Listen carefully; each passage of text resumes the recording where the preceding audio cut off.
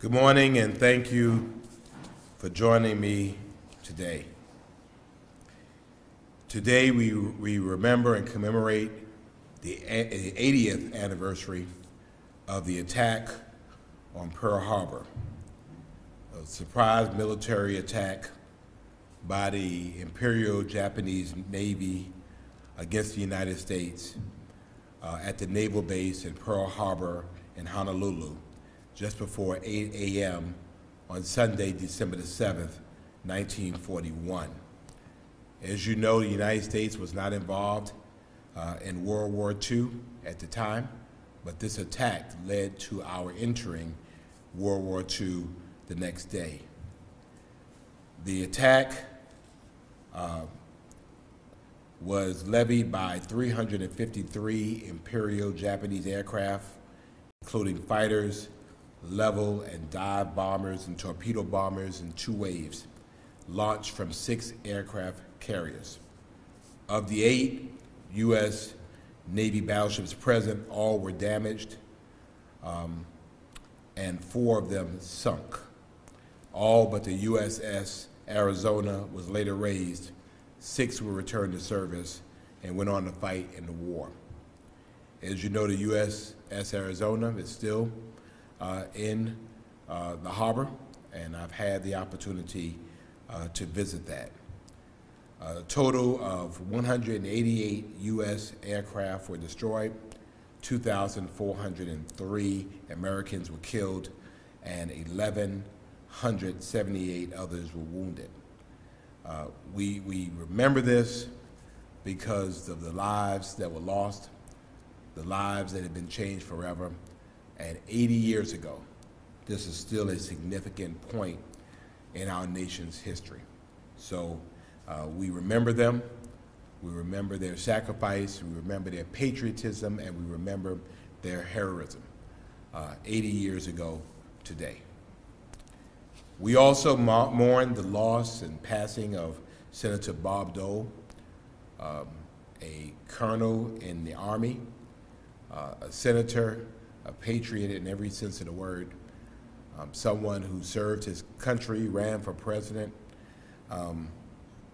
and his passing from us in his late 90s certainly serves to us a reminder of what a heroic service to our country, both in military service and in public services. So our flags, consistent with those across the country, are lowered to half-staff in honor of this amazing man. It's been an exciting and busy week for us for a variety of reasons. We know there's been a very busy weekend on the law enforcement front. Chief Mentor is available to give some commentary of the things that have happened over the weekend. And some updates as we have them. I look forward to the next to the last council meeting for this year, and that happens this Thursday.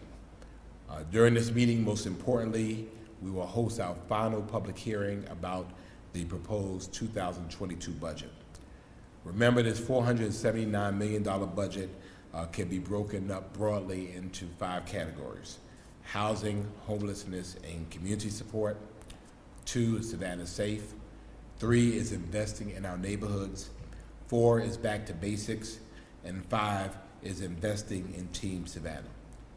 Again, we're making major investments, monumental investments in housing, improving sanitation services, and in my mind, really importantly, increasing the minimum pay for city employees to $15 an hour.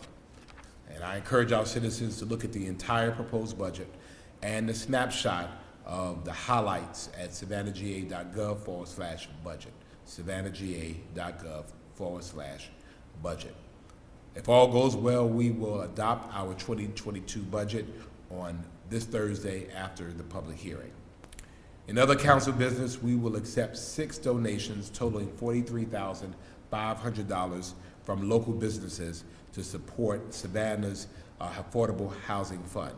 And so I'm sending out big thank yous in advance to our Community Housing Services Agency, or CHSA, to St. Joseph's Candler, to South State Bank, to Carver State Bank, to United Community Bank, and to Walmart for their support to improve living conditions for our residents across our city. We will also consider a $1.5 million contract for security services at 10 city facilities and a $1.5 million contract for new apparatuses for our Savannah Fire Department. We will also look at approving a contract to improve and replace recording equipment and all 9 of Savannah's police's interview rooms. The new system is compatible with the department's body cameras and includes safeguards to ensure the recording starts whenever the room is used, and we've discussed that before.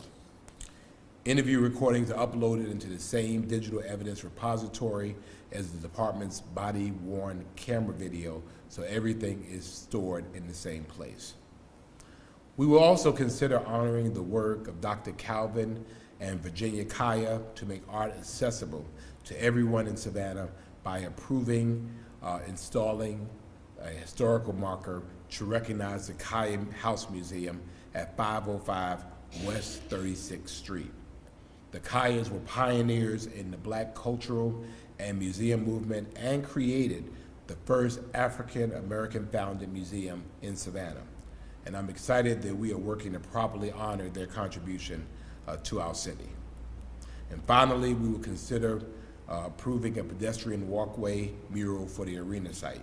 The walkway will feature the work of our artist teams and will connect the north end of the site at the new in-market arena to the south end of the site at Gwinnett Street.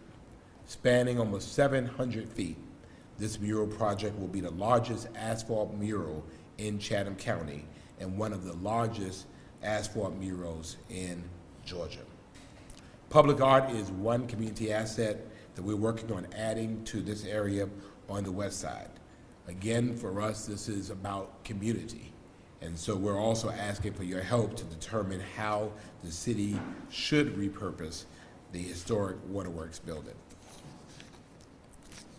The Waterworks building, which is located on the northwest corner of Gwinnett Street and Stiles Avenue, is an historic structure that serves as the gateway to the arena and the canal districts. The city recognizes the need to repurpose this building as a community asset while maintaining its historical integrity. Residents can participate in this by completing an online survey or phone interview to share your thoughts through December the 17th. And we're asking you to visit savannahga.gov/waterworks survey to share your feedback. savannahga.gov/waterworks survey. If you prefer to provide feedback over the phone or do not have computer access, call 912-651-3108, 912-651-3108 to schedule a phone interview with a Savannah State University student researcher.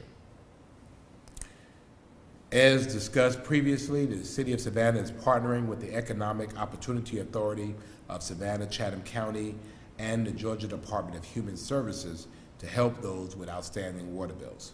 Assistance is available through the EOA for City of Savannah residents who have past due balances and meet income requirements. So you have to have a past due balance and you have to meet the income requirements. If you need assistance with your past due utility bill, it's important that you call as soon as possible. This money is not unlimited. So call 912-721-7910, 912-721-7910, and select the Water Assistance Program option. And you need to have your water bill information handy. As I've said time and time again, past due utility bills are a major concern, and this new partnership is one way that the city is working to assist residents who may be experiencing a financial hardship and unable to pay their outstanding balances. We have allocated $4 million in the 2022 budget to help us bring our water utility bills into the 21st century. which will ideally help us to reduce bill amounts by shortening billing cycles and help with the effectiveness of the meter reading operation. In the meantime, please be assured that we will continue to work with our residents to catch up on overdue bills, and we will maintain water service wherever possible. We're still keeping an eye on our local COVID-19 metrics as we watch what continues to happen with the Omicron variant of COVID-19. We know that it is here in Georgia. We know that it's a new strain of the coronavirus that causes COVID-19. We know it's an entirely separate strain with many mutations from the original. New variants of this virus is expected to continue to occur. And so while the emergence of this variant may be unwelcome, it's certainly not unexpected. And so our strategies at this point remain the same. They're still helpful. We're still going to follow the science. We're going to ventilate spaces.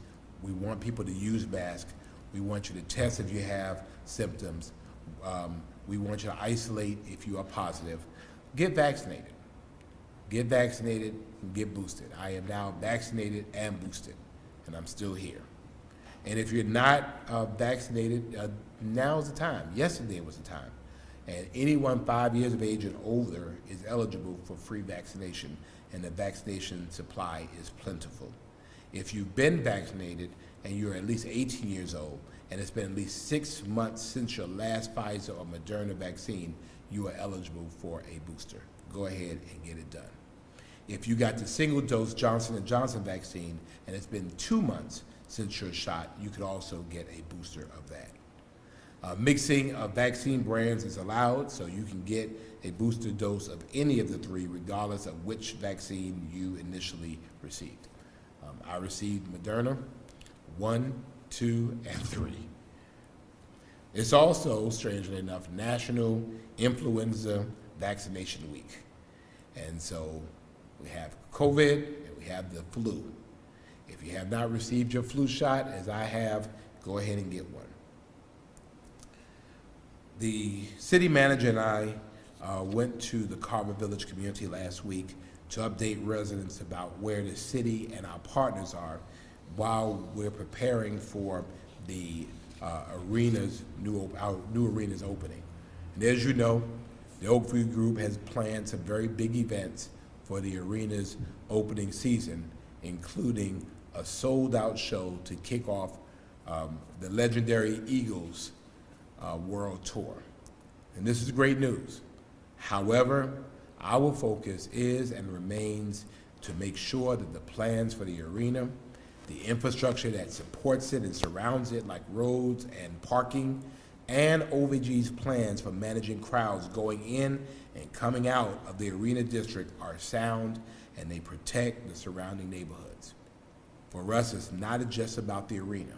It's about the neighborhoods and the people, to include myself, because I live a stone's throw away, that live around that arena. So anyone who visits the new site can tell you that the arena looks absolutely fabulous and it's exciting and it's almost complete, but they'll also tell you that the roads around the arena still need a lot of work. And so we always knew going into this that the infrastructure limitations would be time sensitive, and it would lag behind the arena's completion. So we have always been planning how to open safely and effectively while the infrastructure improvements are being completed. Still, we have committed to those neighborhoods, and we're going to keep our commitment that we're not going to open until we knew we were ready, and we're going to stick by that commitment. So the Oakview Group is working with the city manager and Team Savannah to make sure that the plan to open minimizes any impact on the surrounding neighborhoods and creates the best possible experience for event goers and the best possible experience for residents. And so I'll let Mr. Melder and really smart people work that out, but be very, very clear. You know, we are excited about the arena. We're excited about what the arena does and what the arena means, but this is also a community. And so we have to balance both. We've committed to balancing both. We will balance both. And so I'm sure that OVG can get this done with our support, but I want everyone to know that this is a situation that I am actively monitoring and staff is working to address. And as the coming days come, we will share more information as plans are reviewed and finalized. Finally, I was advised yesterday that an eviction occurred at the Clearview apartments over on the west side. And I was sent some video this morning of watching a person, apparently with children, being evicted from the homes there. And I was disappointed, and to be frankly honest, I was pissed. I don't know what happened. The commitment that we made with the developers, and again, this is not a City of Savannah owned property, but October 31st was the original move-out date. We thought that it would be more humane to allow us to help with our local partners to find the residents of Clearview a place to stay.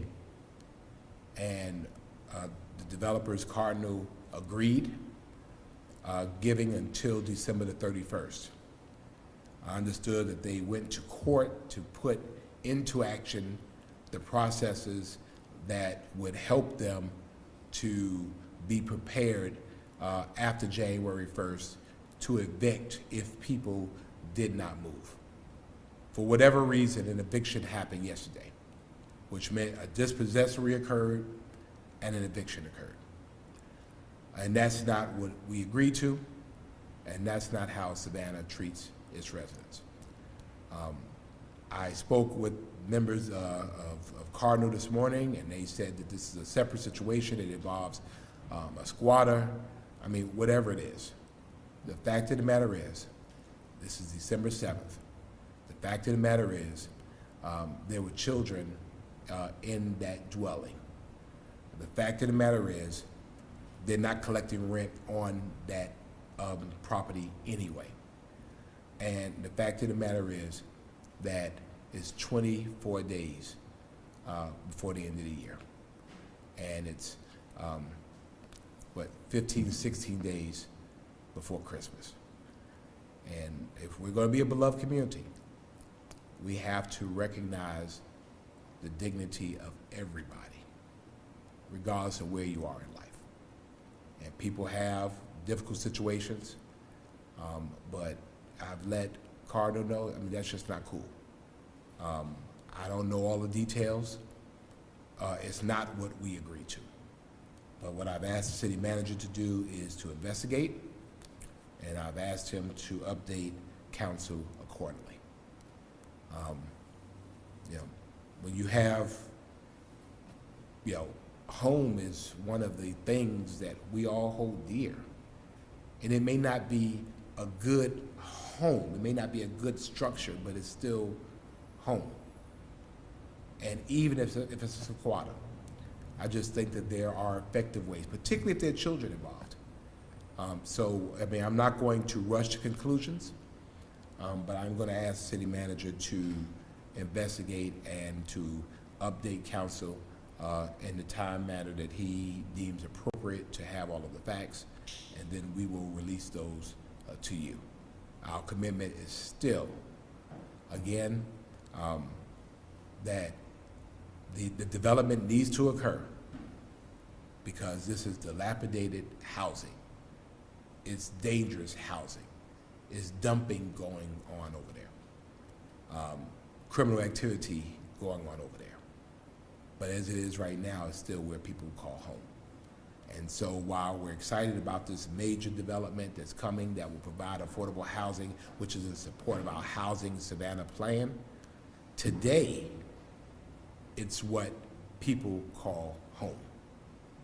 And so as far as I'm concerned, the city of Savannah will continue to work to not only protect that, but also work with our partners. We are putting a lot of money out in the atmosphere. We're putting more money in the atmosphere for housing and homelessness than we have ever had before.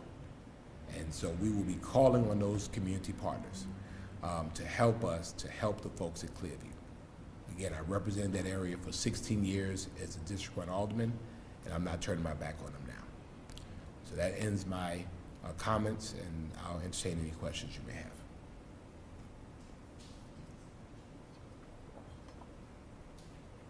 Good morning, Mr. Mayor. Good morning. So I know events are starting to return. We're about a month in since permits have been allowed back in the city of Savannah, but now with I can't say. Can you hear me? Yes, go ahead. Now with the Omicron variant, events just starting to come back. What's kind of your approach? How are you looking ahead to possibly reevaluating that at some point? Again, we look at COVID numbers every single day. We look at trends, and then we have a fabulous medical advisory team that we meet with periodically. Right now, it's not enough known about it. From what I've understood, that those that are vaccinated have a better experience against Omicron. Again, we just got our first cases here in Jordan. So our position is, again, we keep the faith, we follow the science, we wear our masks, we wash our hands, we keep our distance, we get vaccinated, we get boosted. And you know, as it is right now, my plans are not to change from that unless we start seeing our metrics that y'all are familiar with, our positivity index, our community transmission index, new cases. If that starts changing, then we'll have to look at something else. But right now, we're holding steady, and we're asking Savannahans, if we don't want to go back to where we've come from, to go ahead and let's just do the things that make absolute sense to do. Good morning. So at Golden Liberty, fatal pedestrian incident this weekend. Say it again. Golden Liberty had a fatal pedestrian incident. I was there. Yeah. So also, of course, injured, obviously. This has been a kind of ongoing trend. I think we're looking at. All right, do me a favor. Why don't we do this? Yeah. Just because Yeah, this is better. you sound like Charlie Brown. Wah wah wah wah wah wah wah. This has kind of been a trend that I think we're looking into further for tonight. But how can we, as a city, how can you and the leaders of this city kind of address this issue to help this not happen so frequently? Obviously, it's not every weekend, but there's more being once more than enough. How can we kind of change the direction we're going or address this issue? You're correct. I was on the scene on Liberty, I guess that would be just west of Bull Street, Saturday night. In front of Soho, there was a wedding going on. A vehicle came through and two people were hit. A lot of people witnessed this. And so I'll let Chief get into specifics about the incident itself. But there are a couple of things. The first thing is that we have to make sure for our residents and our visitors that we're encouraging safe behavior. Again, this has nothing to do necessarily with this incident, but you know, we need people, we have crosswalks, and the crosswalks are there for a purpose. You know, for people to safely walk across intersections. Also, we have to encourage drivers when they're coming through, particularly the downtown area. At night, it's a lot of people to be able to be mindful of people crossing. And really, again, sometimes people cut in and cross in the street. I've done that 1 or 2 times myself. I've asked for forgiveness. But to exercise caution, due caution, particularly when coming down Liberty, Liberty, Oglethorpe, Broughton, Bay Street. You know, we have to make sure on both ends that we're exercising safe behavior as pedestrians and we're exercising safe behavior as drivers. So we'll talk with the city manager, the chief, and maybe we need to, you know, really do a blitz on that campaign.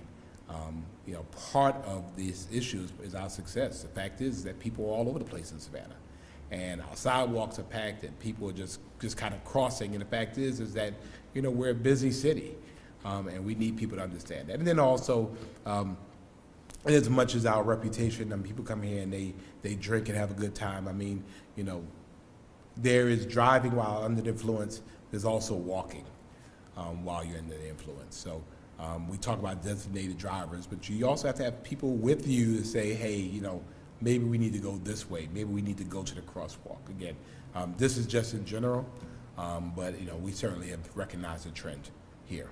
And so we're asking particularly our citizens to make sure that we are doing what we can to keep people safe. What occurred on Saturday, in my mind, was a criminal act. You hit somebody and you leave. That's a criminal act in my mind.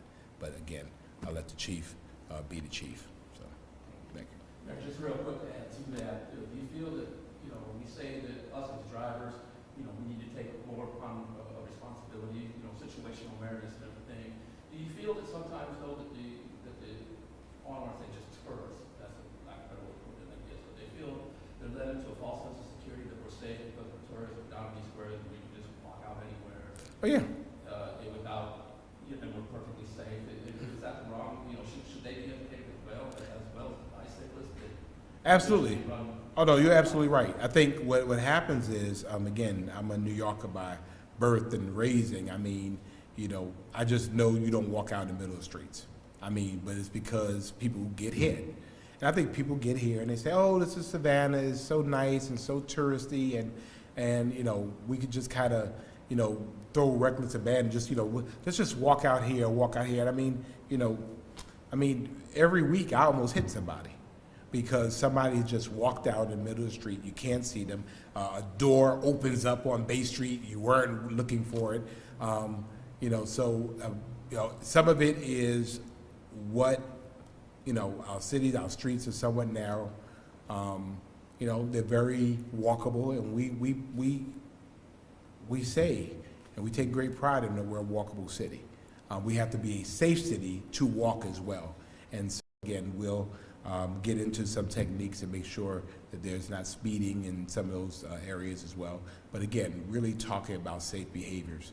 Again, I don't know all the details or how these gentlemen crossed or when they crossed or any of that kind of stuff. I just do know that you know, we had a tragic incident that occurred on Saturday night.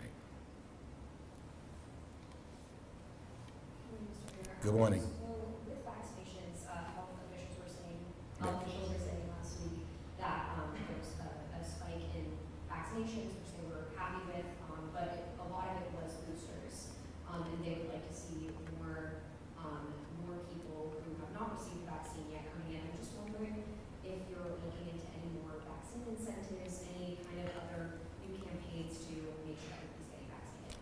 Well, this is a part of my campaign. Now, in terms of city employees, I don't believe we're doing any more campaigns to encourage them. I think we've done what we're going to do. I do think that we have to now find ways to ensure the health and viability of our health plan for those who choose not to be vaccinated. But I still remain the biggest cheerleader for vaccinations. You know, the facts are very, very clear.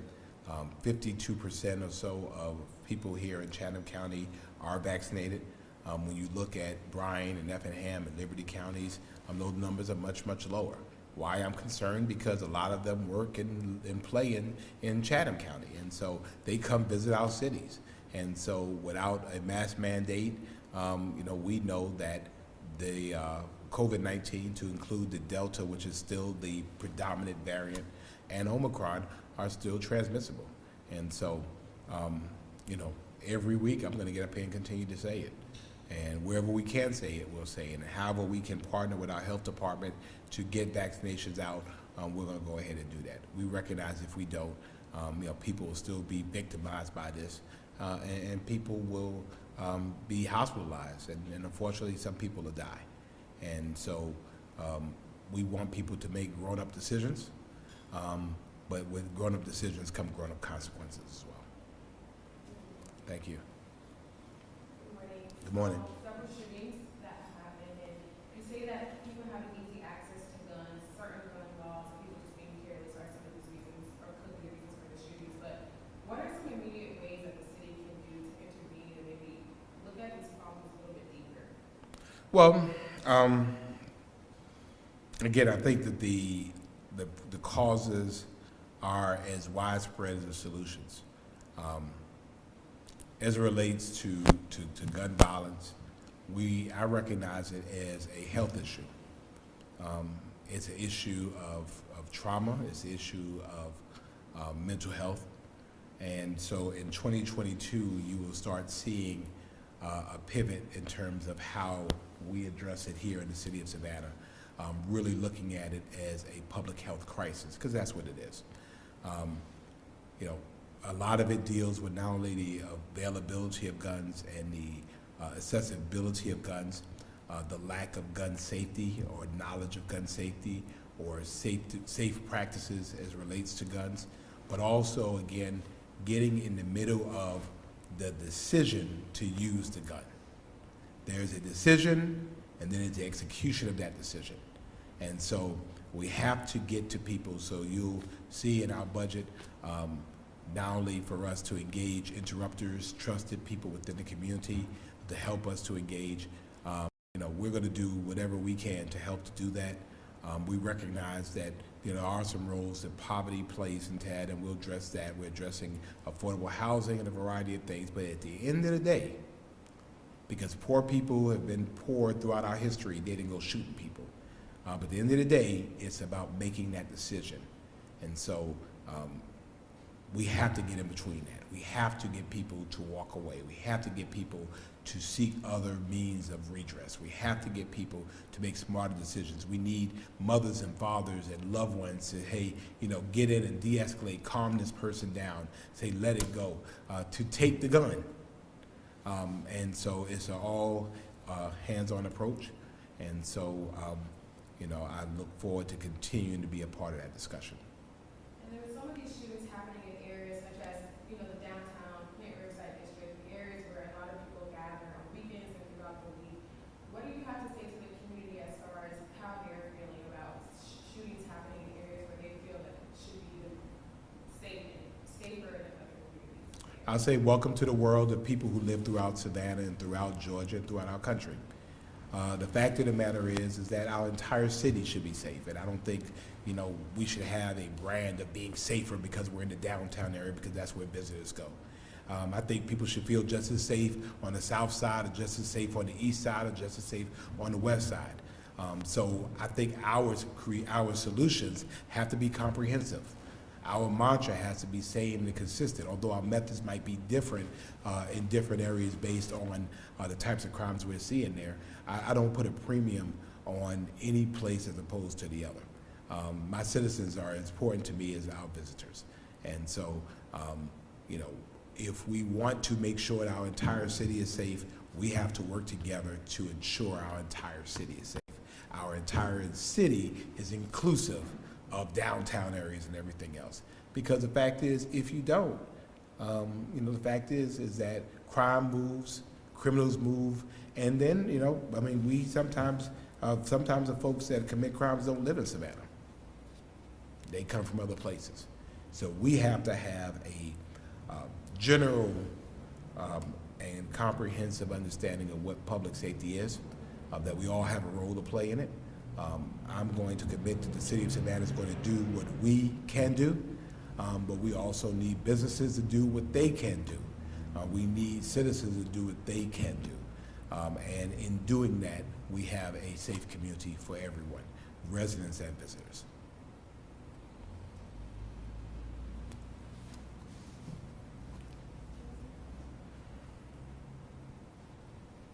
Chief, you can start making your way up this way. I was just going to ask you some questions. Yeah.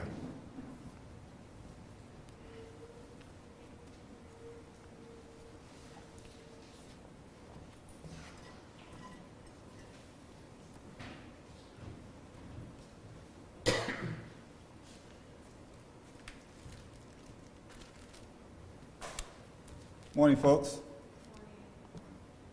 Morning, Chief.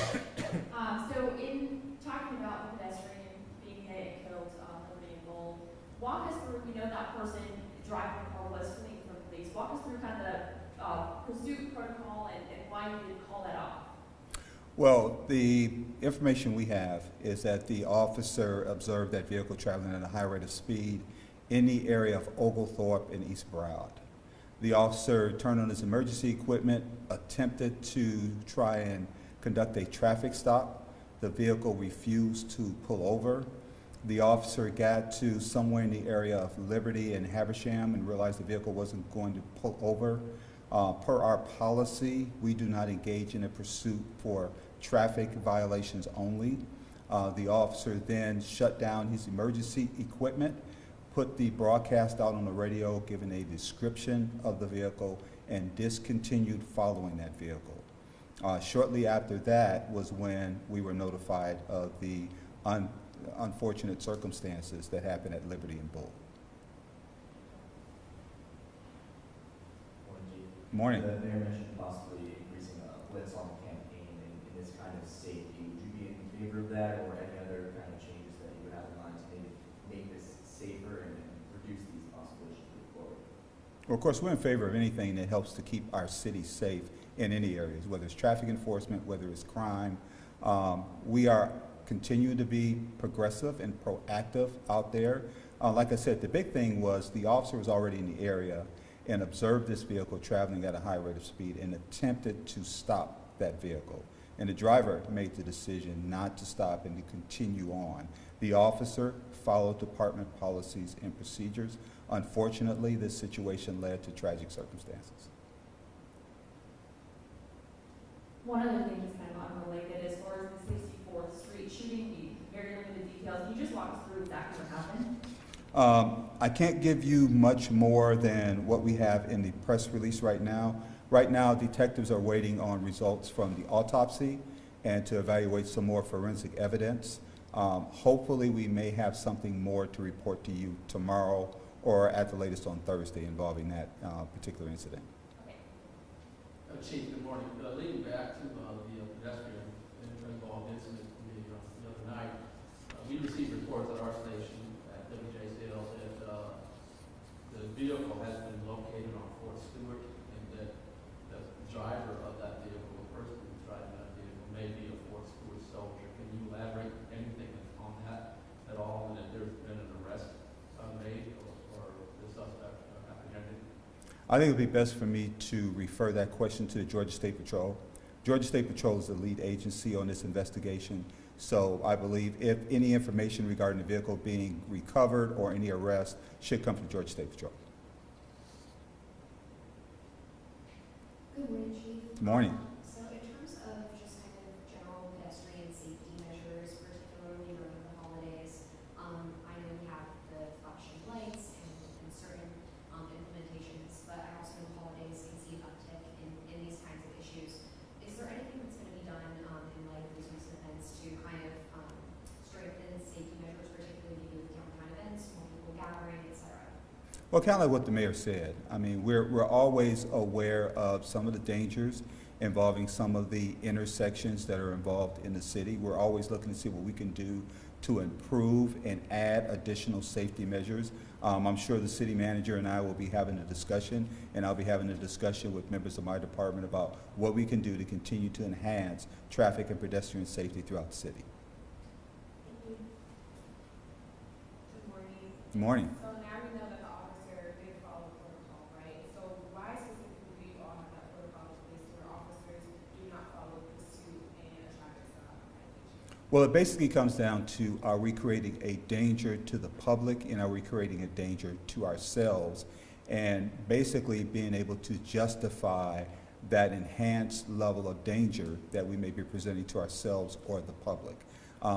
You know, we make it very clear that when we engage in those types of pursuits, it should only be under the most serious circumstances. In the event that something tragic does happen, it's better for us to be able to justify our reasoning for being involved in that type of situation. As you know, vehicle pursuits are something that are very dangerous for members of the department, and could be very dangerous for members of the community. So we want to make sure, especially as a state and a nationally accredited law enforcement agency, we want to make sure that we're following best policies, practices, and procedures for law enforcement agencies throughout the country. And then just to kind of clarify as well that in the areas specifically where this happened, that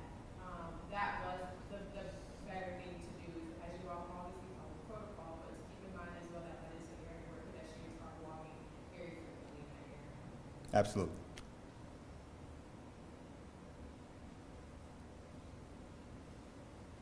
One more thing before I stop. I know some of you have inquired about an incident we had on Saturday night about 6 p.m. on Duval Street.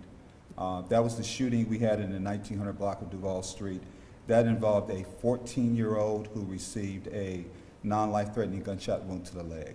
Our preliminary information indicates, and Bianca will send out a press release on this morning, that there was a 12-year-old and a 14-year-old in the bedroom of the residence playing with a gun.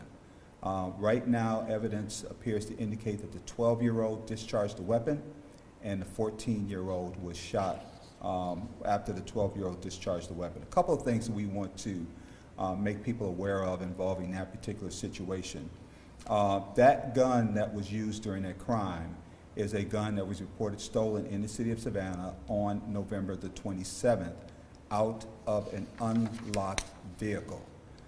We continue to talk about this over and over and over again. So far this year, we are up to 169 guns that have been stolen out of vehicles. 130 of those weapons that have been stolen out of vehicles were stolen out of unlocked vehicles. We continue to push the message that we need members of our community and people visiting our community to be responsible gun owners. We also want to make sure that if people are aware of or people have guns in their home, that they are also being responsible in securing those weapons in their homes. The Savannah Police Department regularly, free of charge, gives out gun locks. We have these available at headquarters. We have these available at all of our precincts. These are free. We get them for free, and we distribute them to members of our community for free. We're asking people to please do two things. Number one, make sure if you have a weapon, if you have it in your car, make sure you secure your car, but we prefer that you remove it from your car. If you have weapons in your home, make sure you're doing the best job possible of securing those weapons. A 12-year-old handling a gun and shooting a 14-year-old should not happen anywhere. So thank you very much for allowing me to get that information out.